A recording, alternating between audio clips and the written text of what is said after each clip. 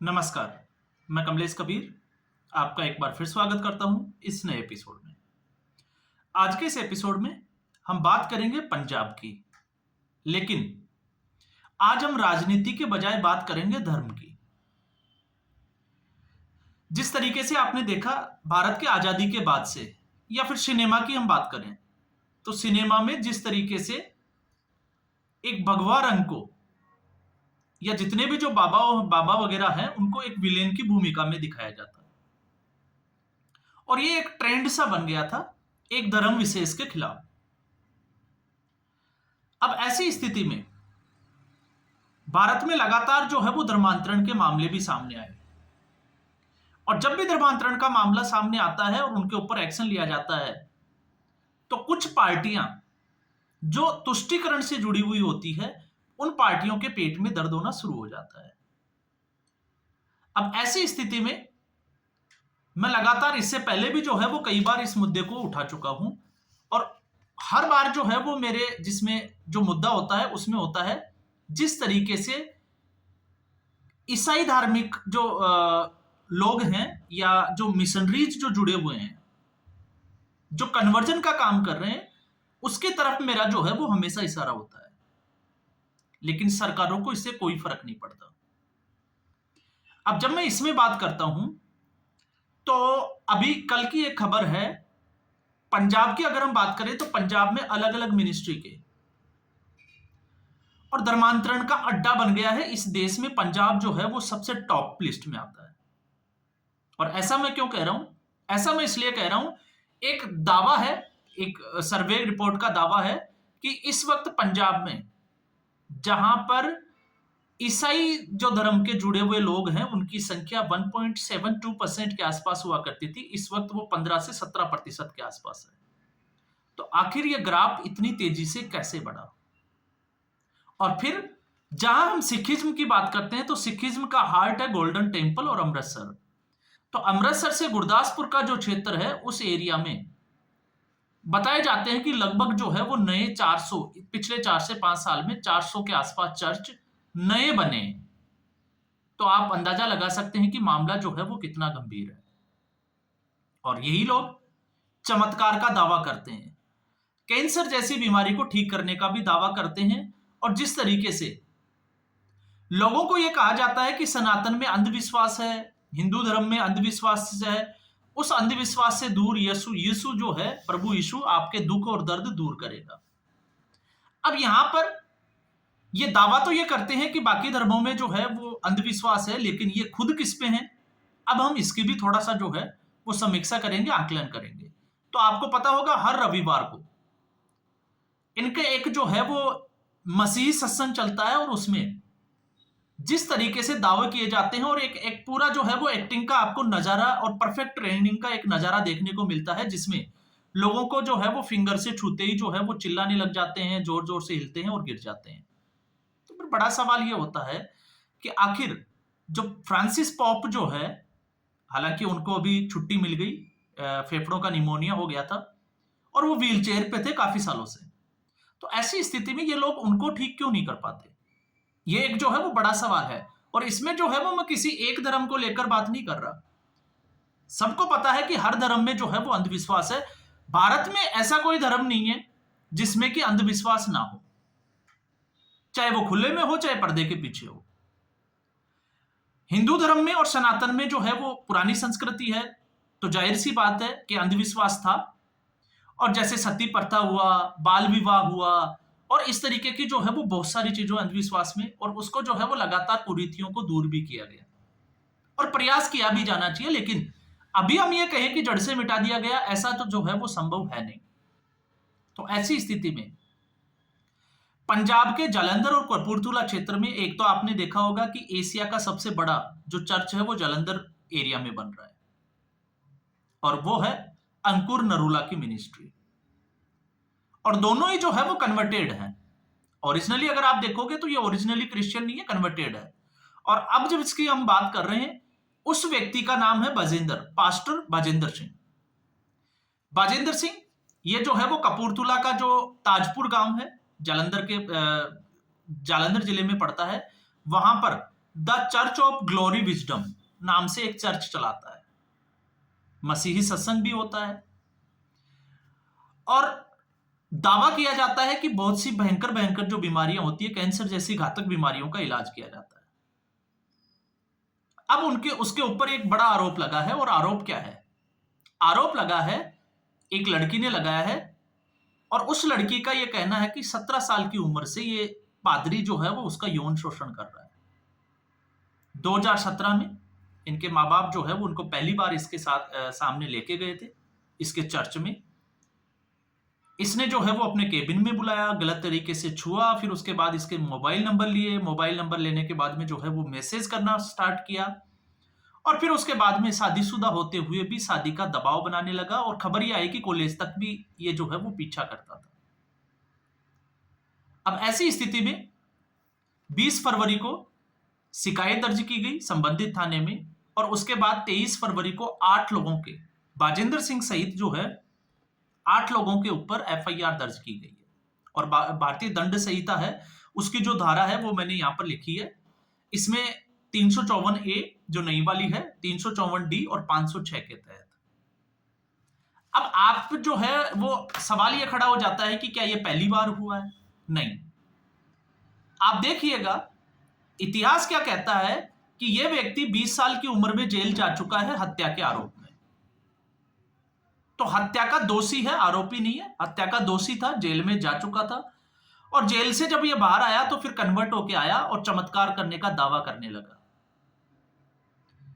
चंडीगढ़ क्षेत्र में जीरकपुर के आसपास जो है वो इसने पहली बार जो है वो इस तरीके की सभा का आयोजन किया, जहां 50 से शुरू हुआ था और आज लाखों की संख्या में इसके फॉलोवर है।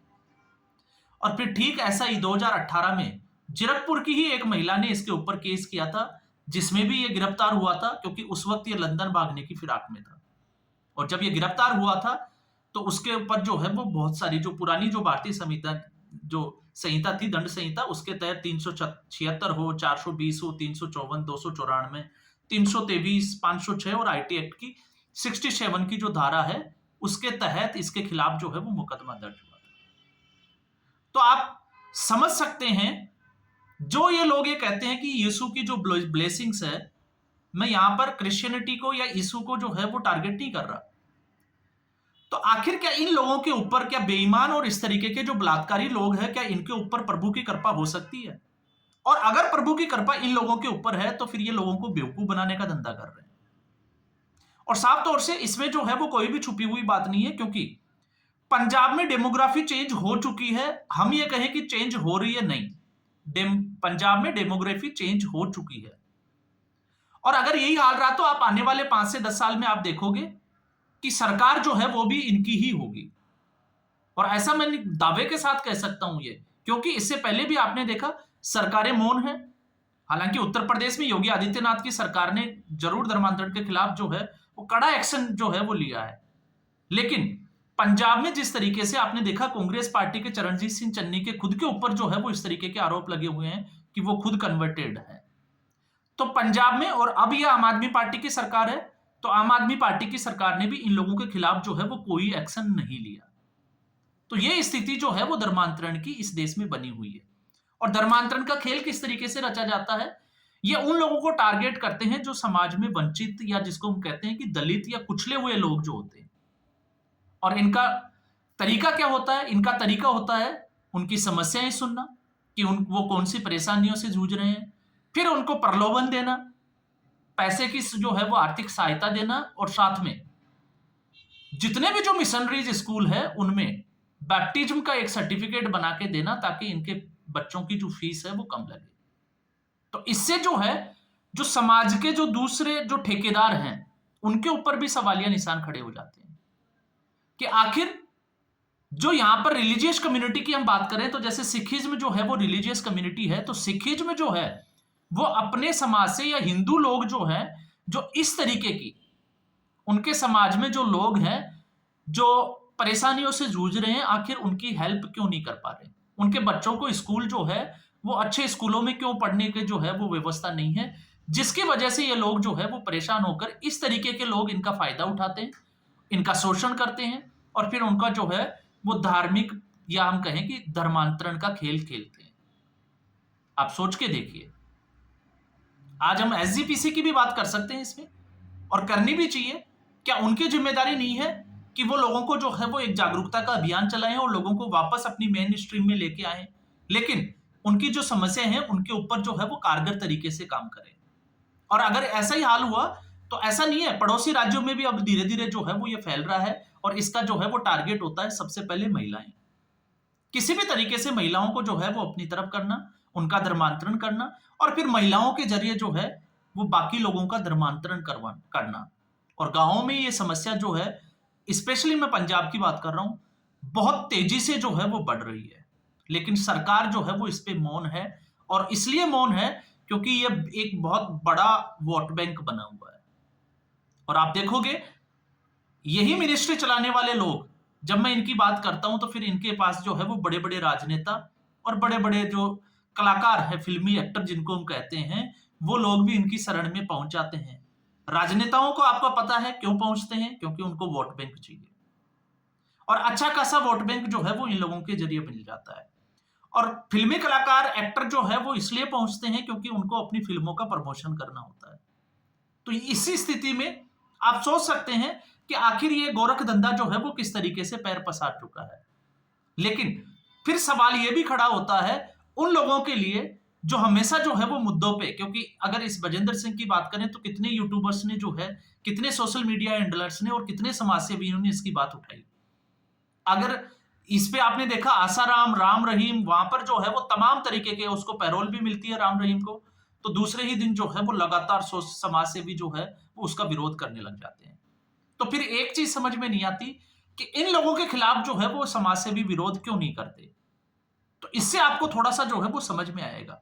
और हमने पहले भी एक बार बात की थी जिस तरीके से झारखंड में भी ये खेल चल रहा था, और उस वक्त जब भारतीय जनता पार्टी को जीत दिखा रहे थे कि भारतीय जनता पार्टी, हेमंता बिस्वा शर्मा वहां पहुंचे हुए हैं और भारतीय जनता पार्टी को एज मिला हुआ है।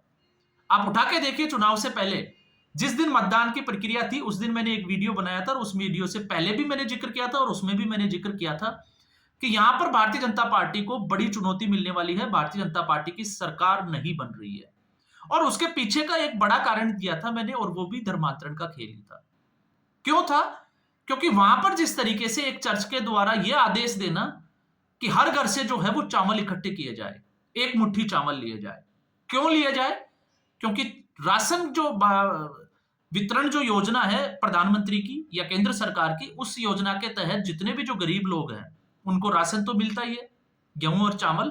तो उनसे एक मुट्ठी चावल जो है वो इकट्ठा किया जाए, वो चावल जो है वो चर्च को जाएगा, और ऐसे ही करके उस चावल को बेचकर जो है वो लगभग 100 करोड़ रुपए इकट्ठे किए गए, जिससे जो मिशनरीज के खेल में जो जुड़े हुए लोग हैं, जो तनख्वाह के ऊपर जो है वो काम करते हैं, धर्मांतरण का काम करवाते हैं, उन लोगों को सैलरी दी जाए, और फिर उसके साथ जो है वो धर्मांतरण का खेल चलता है। तो आप समझ सकते हैं कि समस्या जो है वो इस देश में ये धर्मांतरण की कितनी बड़ी है। लेकिन फिर बात आ जाती है कि आखिर सरकार इनके ऊपर एक्शन कब लेगी। अब ये जो है, जब तक वोट की राजनीति रहेगी, सरकार जो है वो इन लोगों का कुछ नहीं बिगाड़ सकती। तो ये है आपके एक और, जिसको हम कहें कि चमत्कारी बाबा कह सकते हैं, जिसका चमत्कार, और जिस चमत्कार में आप देखिए तीसरी बार जेल जाने की नौबत आ गई, लेकिन फिर भी धर्मांतरण का खेल वैसे ही जुड़ेगा, क्योंकि पैसे का वितरण जो है वो इस खेल के पीछे का पूरा, जिसको हम कहें कि एक पर्दे के पीछे का खेल चल रहा है। तो आज के एपिसोड में बस इतना ही। उम्मीद करूंगा ये वीडियो एपिसोड आपको पसंद आया होगा। वीडियो को लाइक करें, शेयर करें, चैनल जरूर सब्सक्राइब करें, और लोगों को जागरूक करते रहिए। धन्यवाद।